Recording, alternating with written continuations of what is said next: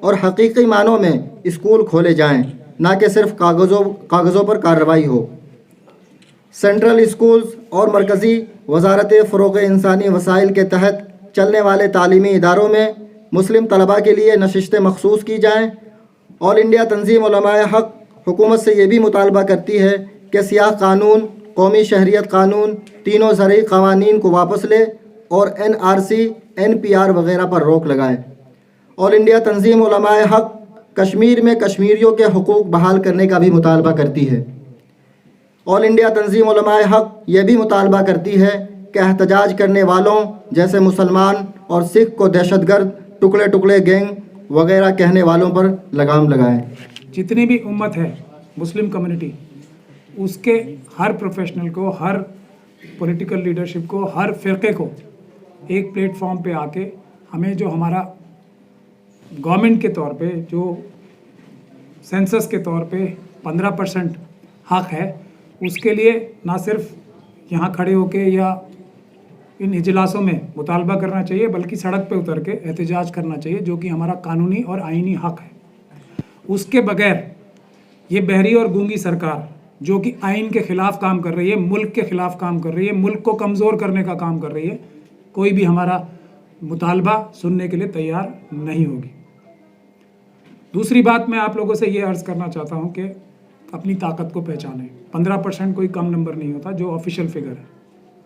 اگر ہم لوگ جو کہ محافظ ہیں باقی مظلوموں کے اپنی ذمہ داری نہیں سمجھیں گے تو دوسرے مظلوم بھی جو ہیں، جو SC ST اور OBC ہیں، وہ اپنی حفاظت کرنے میں ناکام تھے اور ناکام رہیں گے۔ تو پہلے ہم اپنی جو ذمہ داری ہے اس ملک کے تئیں، اس ملک کے آئین کے لیے، جس میں بابا صاحب ڈاکٹر بھیم راؤ امبیڈکر کو مسلمانوں نے بھیجا تھا، نہیں تو یہ آئین اس طرح کا نہیں ہوتا۔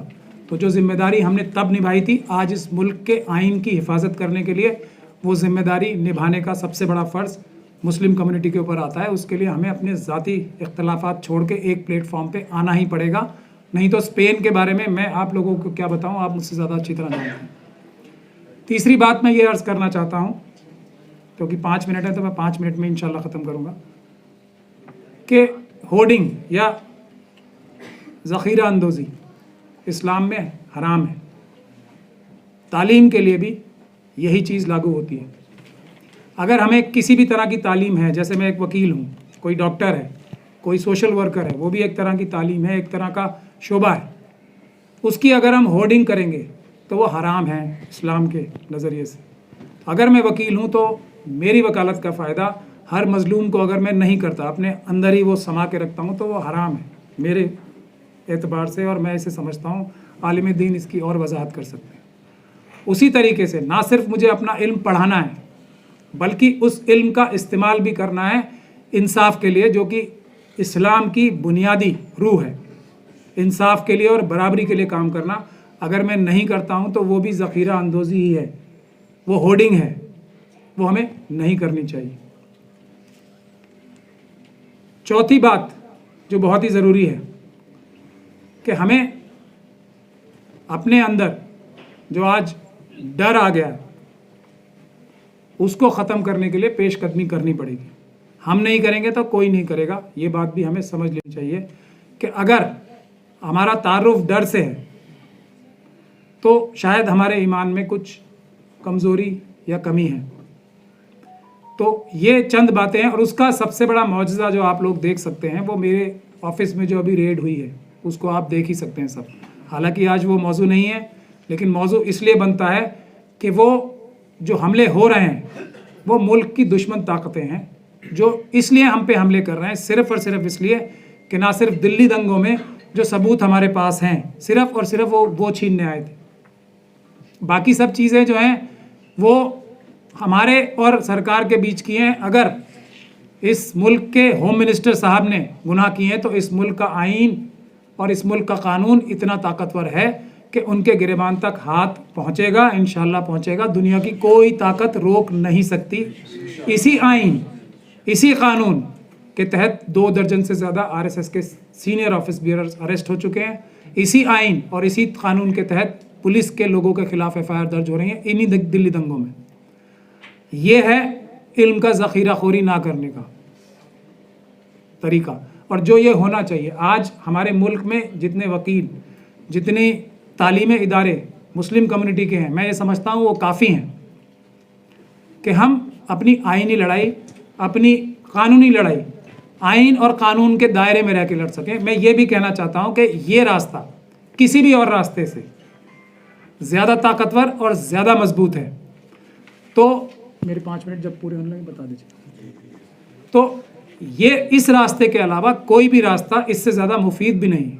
یہ بھی بات میں پوری ذمہ داری کے ساتھ کہہ رہا ہوں، باوجود اس کے کہہ رہا ہوں کہ میں کسی بھی طریقے سے، اللہ تعالیٰ نے مجھے ڈر سے تعارف نہیں کرایا ہے. میں ہر قسم کے راستے کو اختیار کرنے کے لیے تیار ہوں، لیکن اس کے باوجود بھی میں یہ کہتا ہوں کہ جو آئینی راستہ ہے، جو قانونی راستہ ہے، جو نان وائلنس کا راستہ ہے، وہ سب سے مفید راستہ ہے، کسی بھی اور راستے سے زیادہ کارگر ہے. اسی لیے ہم اس راستے کو اختیار کرنا چاہتے ہیں. اور جو دوسرے مستضعفین ہیں، وہ ہم سے زیادہ مظلوم ہیں، ان کی حفاظت کرنا بھی ہمیں اپنے علم کے ذریعے بہت ضروری ہے. تو میں آپ لوگوں سے یہ بھی گزارش کروں گا، اس طرح کا اجلاس جو صرف آج ایجوکیشن کے لیے ہو رہا ہے، ملک کے ہر شعبے میں جو مسلمان ہیں، جو مسلم کمیونٹی ہے، ہمیں بغیر کسی تاخیر کے، بغیر کسی شرم کے، سب کو ایک پلیٹ فارم پہ اکٹھا ہونا ہے. ہمیں اپنا ملک بچانا ہے سب سے پہلے. باقی سب چیزیں بہت پیچھے ہیں. یہ ملک اس شکل میں صرف اور صرف مسلمانوں کی وجہ سے ہے. یہ بات ہمیں نہیں بھولنی چاہیے اور اس سے ہمیں پیچھے بھی نہیں ہٹنا چاہیے. RSS اور جو منووادی طاقتیں ہیں وہ اس ملک کو توڑنا چاہتی ہیں. اس بات کو کہنے میں ہمیں کوئی شرم نہیں ہونی چاہیے، کوئی گریز نہیں ہونی چاہیے. وہ ملک کے دشمن ہیں اور ہم اس ملک کی حفاظت کرنے والے ہیں. یہ 2 لائن کھینچ کے ہمیں تاریخ بنانی ہے. پہلے بھی ہم نے بنائی تھی، انگریزوں کو بھی ہم نے بھگایا تھا. تاریخ میں بہت ساری جو قربانیاں ہیں مسلمانوں کی چھپائی گئی ہیں. اس کی وجہ سے ہی ہمیں بیک فٹ پہ رہنا پڑتا ہے. تو اس ملک کو ایک رکھنے کی ذمہ داری سب سے بڑی، آج چائنا کا جو خطرہ ہے اس سے لڑنے کی ذمہ داری سب سے بڑی مسلمانوں کی مانتا ہوں میں. انہی لفظوں کے ساتھ میں آپ لوگوں کا بہت بہت شکریہ ادا کرتا ہوں. میرا ٹائم بھی پورا ہو گیا. اگر کبھی دوبارہ موقع ملا تو میں آپ سے تفصیل سے بھی بات کرنا چاہوں گا. وآخر دعوانا الحمدللہ رب العالمین. اب مولانا صابر مظاہری صاحب، قاسمی صاحب میوات،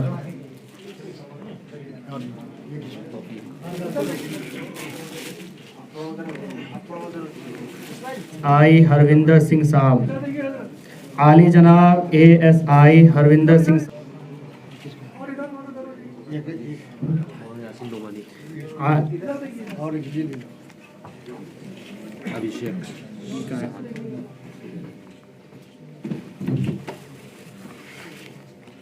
دینا چاہوں گا.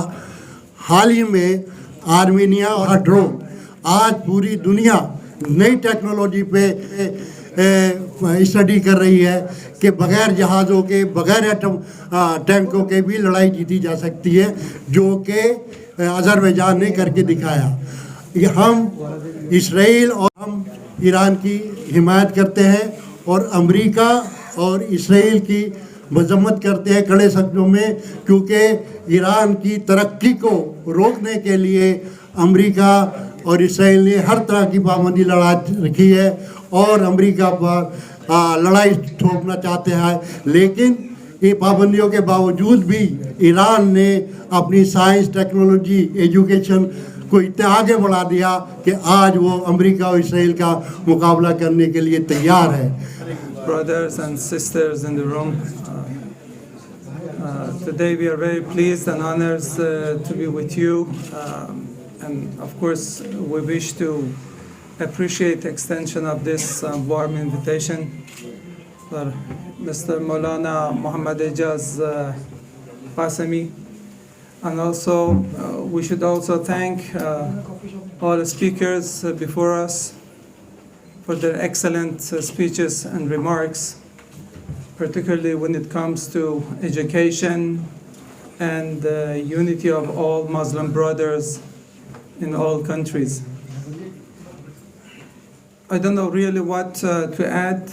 I should also thank the last and final words by our esteemed brother with respect to our soldier who sacrificed together with our Iraqi brother when they were at the official invitation of Iraqi officials for having a dialogue, for making peace and stability in our regions. They were not the last victims of terrorist policies and also terrorist activities of US and Israel in our region. What we could add is to commemorate their memories and also to join and to extend our hands to our all Muslim brothers for the peace and stability in our countries. Muslims should try to educate and also to promote their capabilities. Muslim brothers and sisters in India, we extend our supports to you.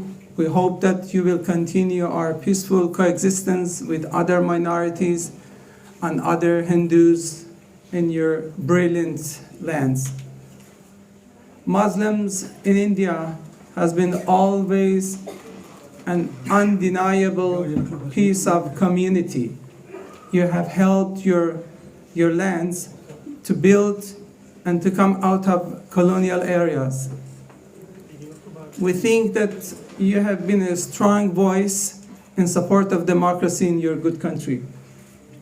We hope that you continue these efforts. You could join other democratic forces in your country.